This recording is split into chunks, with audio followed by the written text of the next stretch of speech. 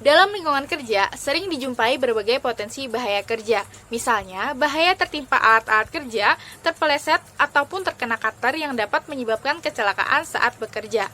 Salah satu upaya pengendalian bahaya dalam lingkungan kerja adalah dengan menggunakan metode job seperti analysis atau yang disingkat dengan JSA. Job seperti analisis merupakan pemeriksaan prosedural untuk menentukan apakah prosedur yang dijalankan dalam suatu lingkungan kerja telah berjalan sebagaimana mestinya, dan untuk memeriksa aspek-aspek sikap dari orang-orang yang telah melaksanakan pekerjaan tersebut. JSA merupakan salah satu langkah utama dalam analisis bahaya dan kecelakaan dalam usaha menciptakan keselamatan kerja. Bila terdapat suatu bahaya, maka dapat dilakukan tindakan pengendalian yang berupa perubahan fisik atau perbaikan prosedur kerja yang dapat mengurangi bahaya kerja. Dalam pelaksanaannya, prosedur analisis keselamatan kerja memerlukan latihan, pengawasan, dan penulisan uraian kerja yang dikenal sebagai JSA untuk mempermudah pengertian prosedur kerja pada karyawan. Selanjutnya adalah langkah-langkah melakukan job safety analysis.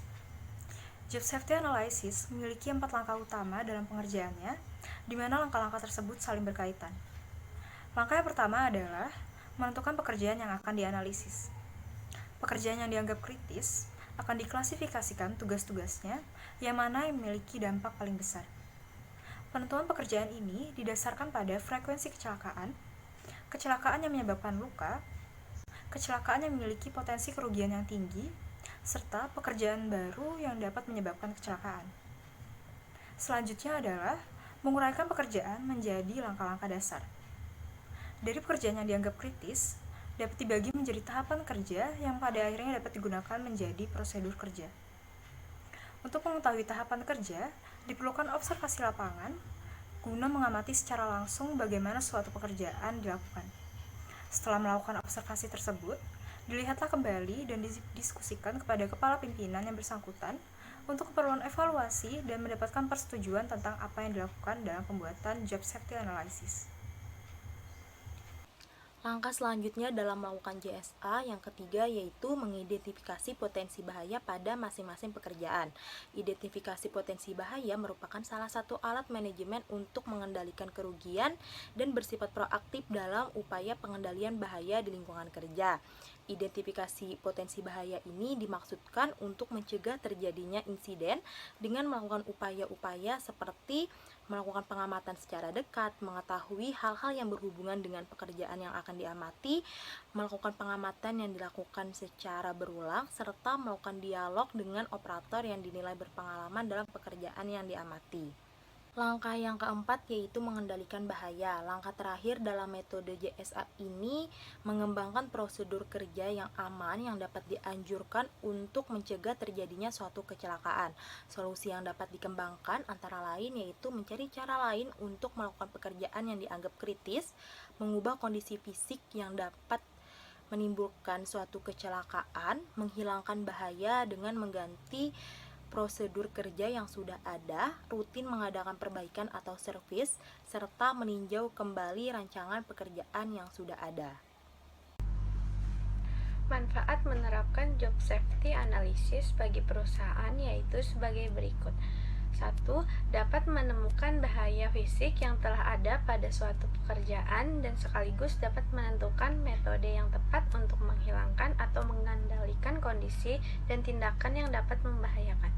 Kedua, dapat menentukan jenis alat perlengkapan pengaman yang tepat sesuai jenis pekerjaan dan dapat untuk menentukan kualifikasi petugas seperti kondisi kesehatan, keterampilan, atau kemampuan khusus yang diperlukan, dan lainnya. Yang ketiga, dapat memudahkan dalam merumuskan standar pelaksanaan pekerjaan yang selaras dengan tuntutan operasi yang efisien dan aman termasuk instruksi, pendidikan, dan pelatihan. Keempat, penerapan standar pekerjaan yang aman akan meyakinkan setiap pekerjaan dalam melaksanakan pekerjaannya secara konsisten dan aman sehingga dapat bekerja lebih produktif. Kelima, rumusan rangkuman JSA dapat digunakan sebagai daftar periksa atau checklist pada saat mengevaluasi kinerja K3 di tempat kerja. Yang keenam, menurunkan kecelakaan dan penyakit akibat kerja. Yang ketujuh, setiap bahaya yang muncul dapat diidentifikasikan dan perusahaan menetapkan pengendalian risiko.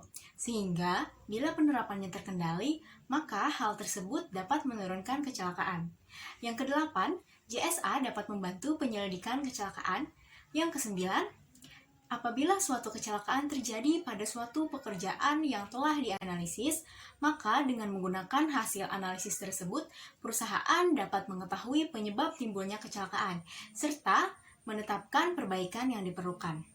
Apabila terdapat bahaya yang belum teridentifikasi, dengan JSA ini dapat diketahui. Yang ke-10, JSA dapat diintegrasikan ke dalam sistem mutu dan fungsi produksi pada waktu yang bersamaan.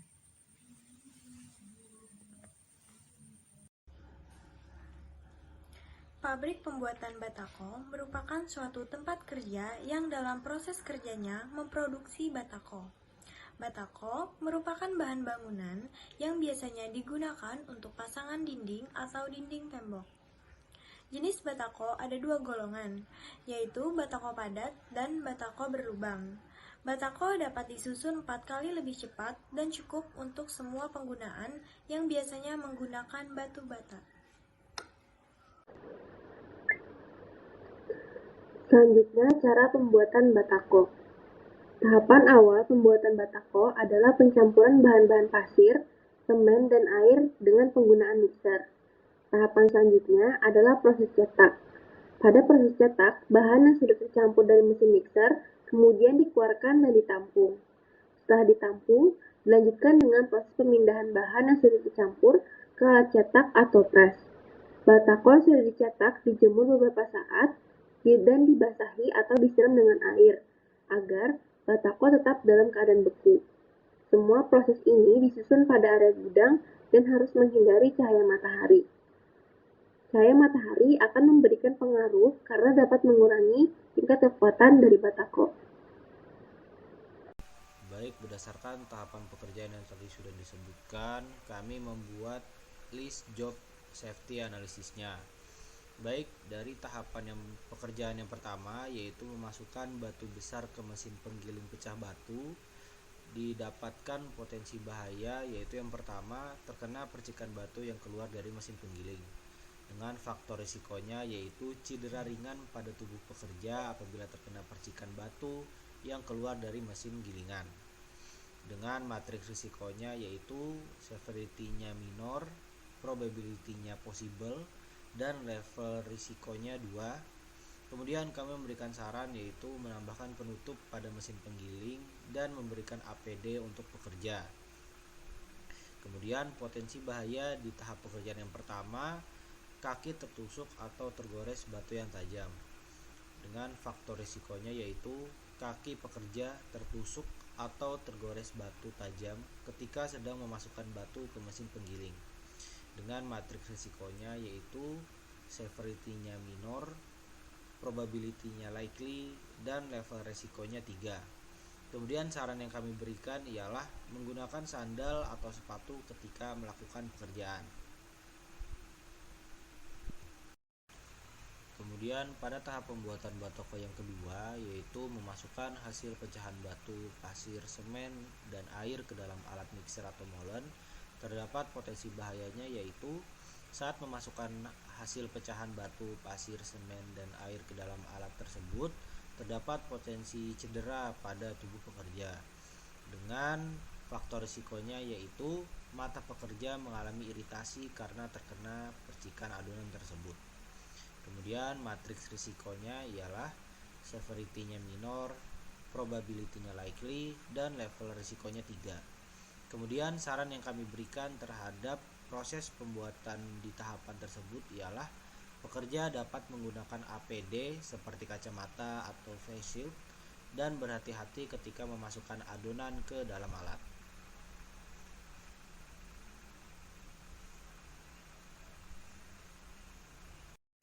Kemudian pada tahap ketiga dalam pembuatan batako ini ialah memasukkan adonan ke alat pencetak batako, di mana potensi bahayanya ialah proses memasukkan adonan yang dilakukan secara manual. dengan faktor risikonya ialah pegal pada tangan dan pinggang terasa sakit. Dan matriks risikonya ialah severity-nya minor, probability-nya likely, dan level risikonya 3. Kemudian saran yang kami berikan terhadap tahapan ini ialah meminimalisir pekerja ketika proses penggilingan dalam waktu yang lama dan menerapkan sistem shift pada pekerja. Yang keempat yaitu meratakan adonan agar memenuhi semua alat pencetak batako. Potensi bahaya yang terjadi pada saat melakukan tahap pekerjaan nomor 4 ini yaitu pada proses meratakan adonan yang dilakukan secara manual. Faktor risiko yang terjadi yaitu pegal pada tangan, pinggang, dan sakit. Level risiko terletak pada angka 3. Saran yang tepat pada tahap pekerjaan nomor 4 ini yaitu meminimalisir pekerja ketika proses penggilingan dalam waktu yang lama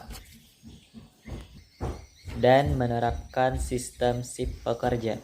Yang kelima yaitu menarik tuas pres sehingga mesin otomatis jatuh untuk mengepres cetakan batako.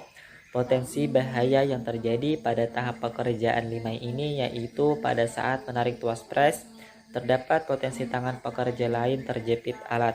Faktor risiko yang terjadi pada saat mesin pres akan jatuh untuk mengepres adonan, ada kemungkinan menjepit tangan pekerja lain, sehingga dapat menyebabkan cedera pada tangan pekerja. Level risiko terletak pada angka 3. Saran yang tepat pada tahap pekerjaan 5 ini yaitu sebelum menarik tuas pres pekerja, selain mengecek sekitar dan menggunakan APD berupa sarung tangan. Yang keenam, memindahkan batako yang masih basah ke penjemuran batako. Potensi bahaya yang terjadi pada tahap pekerjaan 6 ini yaitu pada proses memindahkan batako dari alat pres ke penjemuran batako. Faktor risiko yang terjadi yaitu pada tubuh pekerja terjepit dan terjadinya cedera. Level risiko terletak pada angka 3. Saran yang tepat pada tahap pekerjaan 6 ini yaitu menggunakan APD berupa sarung tangan dan sepatu untuk meminimalisir terjadinya cedera.